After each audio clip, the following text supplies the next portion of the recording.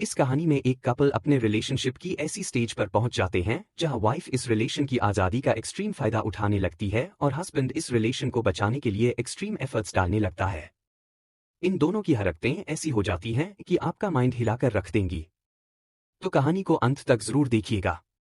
कहानी शुरू होती है तो हमें जैक नाम का आदमी अपनी साइकिल से जंगल के रास्ते अपने घर जाता दिख जाता है।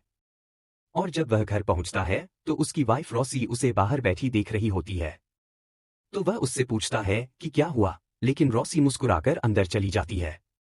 फिर हमें कुछ महीनों पहले का सीन दिखाया जाता है जहां रॉसी एक पार्टी के लिए तैयार हो रही थी।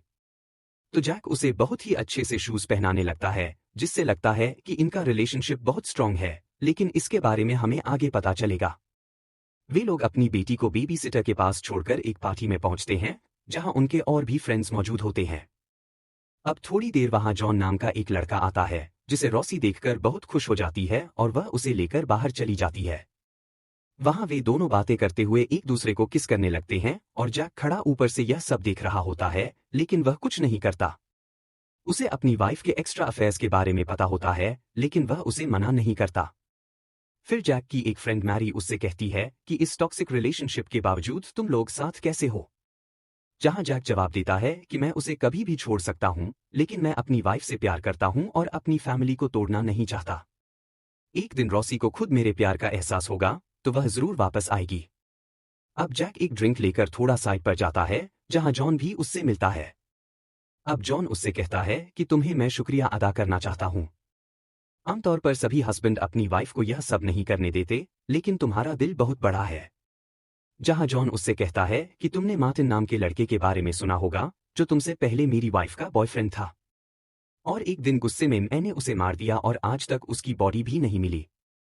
जहां जॉन को यह सब एक मजाक लगता है, लेकिन जैक कहता है कि अब यह तुम पर है कि तुम इसे सीरियसली लेते हो या नहीं।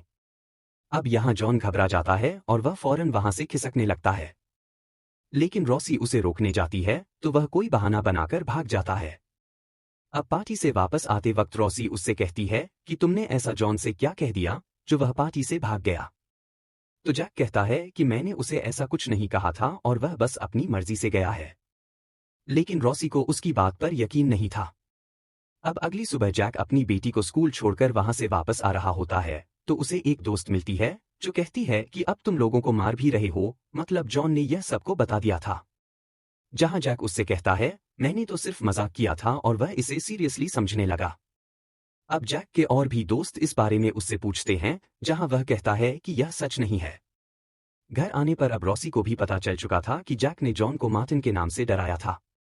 तो अब वह जैक से बहुत लड़ने लगती है कि पहले मार्टिन भी तुम्हारी वजह से मुझसे दूर हुआ था, और वह कहती है कि वह जॉन को डिनर के लिए इनवाइट करेगी, जहां जैक को उससे माफी मांगनी होगी।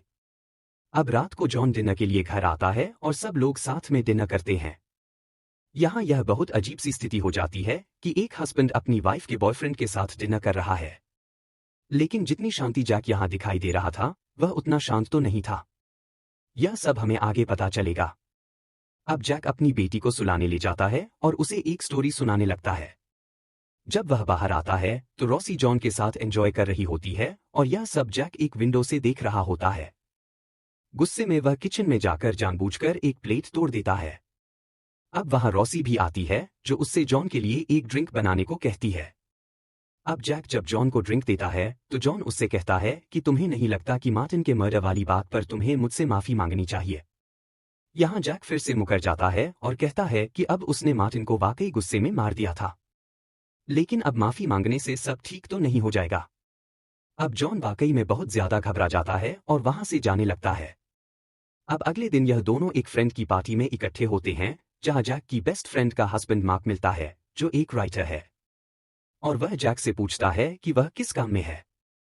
जहां जैक उसे बताता है कि वह अब रिटायर्ड है और बहुत कम काम करता है, लेकिन उसकी रॉसी यहां बताती है कि जैक ने एक चिप इन्वेंट की है जिसे मिलिट्री अपने ड्रोन सिस्टम में इस्तेमाल करती है।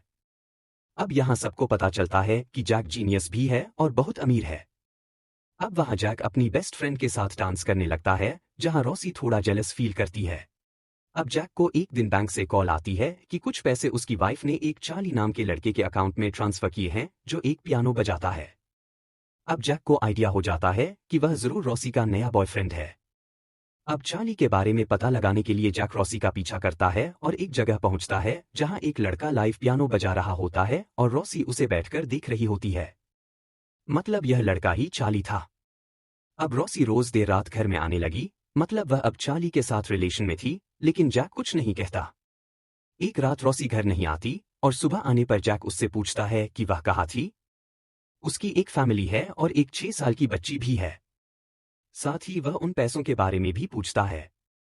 लेकिन रॉसी पर इस बात का कोई असर नहीं होता, जैसे वह जैक का इम्तिहान ले रही हो और उसे पता था कि वह कभी भी उसे छोड़ेगा नहीं। अब एक दिन यह लोग जैक की फ्रेंड के यहाँ पार्टी पर जाते हैं, जहाँ रॉसी चार्ली को भी इनवाइट करती है। चार्ली वहां आते ही सबसे इंट्रोड्यूस होता है और फिर पियानो बजाने लगता है, जिस पर रॉसी और सभी डांस करने लगते हैं।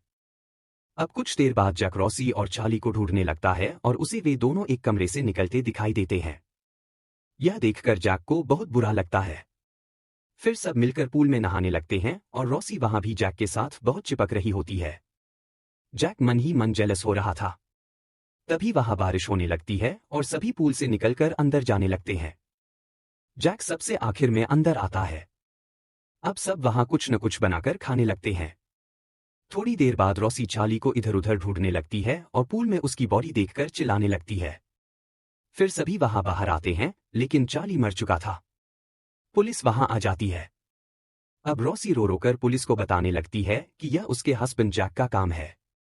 लेकिन सभी वहां बताते हैं कि वह हमारे साथ ही अंदर आया था और उसके रॉसी के साथ रिलेशन अच्छे नहीं हैं, शायद वह गुस्से में ऐसा कह रही है।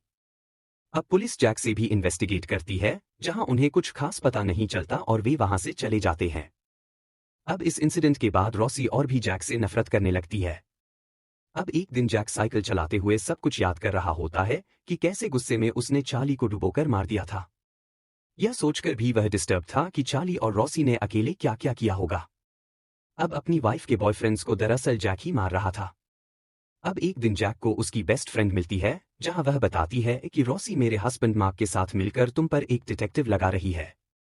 इस पर जैक अब इन दोनों को अपने घर इनवाइट करता है और वहां मार्क को अलग कमरे में ले जाकर वह कहता है कि मेरी वाइफ के साथ मिलकर मुझ पर जासूसी करना बंद करो। क्या तुम्हें लगता है कि वाकई मैंने चार्ली को मारा है? तुम भी तो वहां मौजूद थे। लेकिन मार्क अब जैक के पीछे हाथ धोकर पड़ गया था। वह उस पर एक कहानी लिखकर बहुत फेमस होना चाहता था। अब आगे पता चलता है कि रॉसी ने एक नया बॉयफ्रेंड बना लिया है, जो जैक का भी पुराना जानने वाला है, जिसका नाम टोनी है। और वह एक दिन रॉसी से मिलने उनके घर आता है। अब ये लोग साथ में डिनर करते हैं और कुछ देर बाद रॉसी टोनी को लेकर अपने कमरे में चली जाती है। जैक भी यह सब देख रहा होता है और रॉसी भी उसे देख लेती है, लेकिन कुछ रिएक्ट नहीं करती। अब कुछ दिन गुजरते हैं और जैक को टोनी कहीं बाहर मिलता है। वह उसे फ्रेंडली होकर कहता है कि रॉसी तुम्हें ढूंढ रही है, आओ साथ में ही चलते हैं। अब जैक गाड़ी को एक घने जंगल की तरफ ले जाता है, जहां टोनी जरा घबराने लगता है। तभी जैक मौका देखकर उस पर पत्थर से वार करता है। टोनी अनबैलेंस होता है और वह सीधा नीचे गिरकर मर जाता है। अब जैक उसकी बॉडी के साथ पत्थर बांधकर नदी में डाल देता है और टोनी का वॉलेट अपने पास रख लेता है ताकि उसकी बॉडी किसी को ना मिल सके। अब घर आकर रॉसी अपनी बेटी के साथ पिकनिक पर जा रही होती है, जहां वह जैक को भी चलने के लिए कहती है। फिर वे लोग साथ में उसी जंगल में आ जाते हैं, जहां जैक ने टोनी की बॉडी गिराई थी। अब यहाँ रॉसी का मूड जैक से बहुत अच्छा होता है और वह उससे पूछती है कि तुम अभी भी मेरे साथ क्यों रहना चाहते हो, जहां सभी मुझे छोड़कर जा रहे हैं। यहाँ जैक कहता है कि वह सारी जिंदगी उसका साथ देना चाहता है। रॉसी को यह सुनकर अच्छा लगता है और वे किस करने लगते हैं। अब उनकी बेटी जैक को आवाज लगाने लगती है। जब जैक वहां जाता है तो देखता है कि दो कुत्ते टोनी की बॉडी को देखकर भौंक रहे हैं, जो थोड़ा ऊपर आ गई थी। अब जैक उन्हें लेकर वापस आ जाता है और घर आकर ये लोग अच्छे से बात करने लगते हैं, जहां रॉसी उसे अपने रूम में इनवाइट करती है और वे इंटीमेट हो जाते हैं। अब अगली सुबह जैक उसी नदी के पास जाता है और एक स्टिक से टोनी की बॉडी देखने लगता है। दूसरी तरफ रॉसी जैक के स्टोर रूम में जाती है, जहां वह इधर उधर देखने के बाद टोनी का वॉलेट तक पहुंच जाती है और सब समझ जाती है कि यह सब जैक ही कर रहा है। इधर जैक के पास मार्क भी पहुंच जाता है और पूछता है कि वह क्या कर रहा है, जिस पर जैक बहाने बनाने लगता है। लेकिन मार्क टोनी की बॉडी देख लेता है और अब घबराकर अपनी कार में तेजी से निकलता है। जैक भी उसका पीछा करता है और एक शॉर्टकट से उसके सामने आ जाता है। मार्क टर्न लेता है और खाई में गिरकर मर जाता है। अब इधर रॉसी भी सामान बांधकर जैक को छोड़कर जाने वाली थी। साथ में वह अपनी बेटी को भी ले जा रही थी। लेकिन उसकी बेटी सामान को स्विमिंग पूल में डाल देती है और कहती है कि हम डैडी को छोड़कर नहीं जाएंगे। अब रॉसी को भी थोड़ा रियलाइज होता है कि जैक यह सब उसी के लिए कर रहा है और साथ में उसकी फैमिली भी टूट जाएगी। तो वह रुकने का फैसला करती है। अब वह खुद ही टोनी का वॉलेट जला देती है ताकि एविडेंस खत्म हो सके। अब जैक घर वापस आता है और रॉसी बस उसे बैठी देख रही होती है। और यह कहानी के शुरू वाला ही सीन होता है और मूवी यहाँ एंड हो जाती है।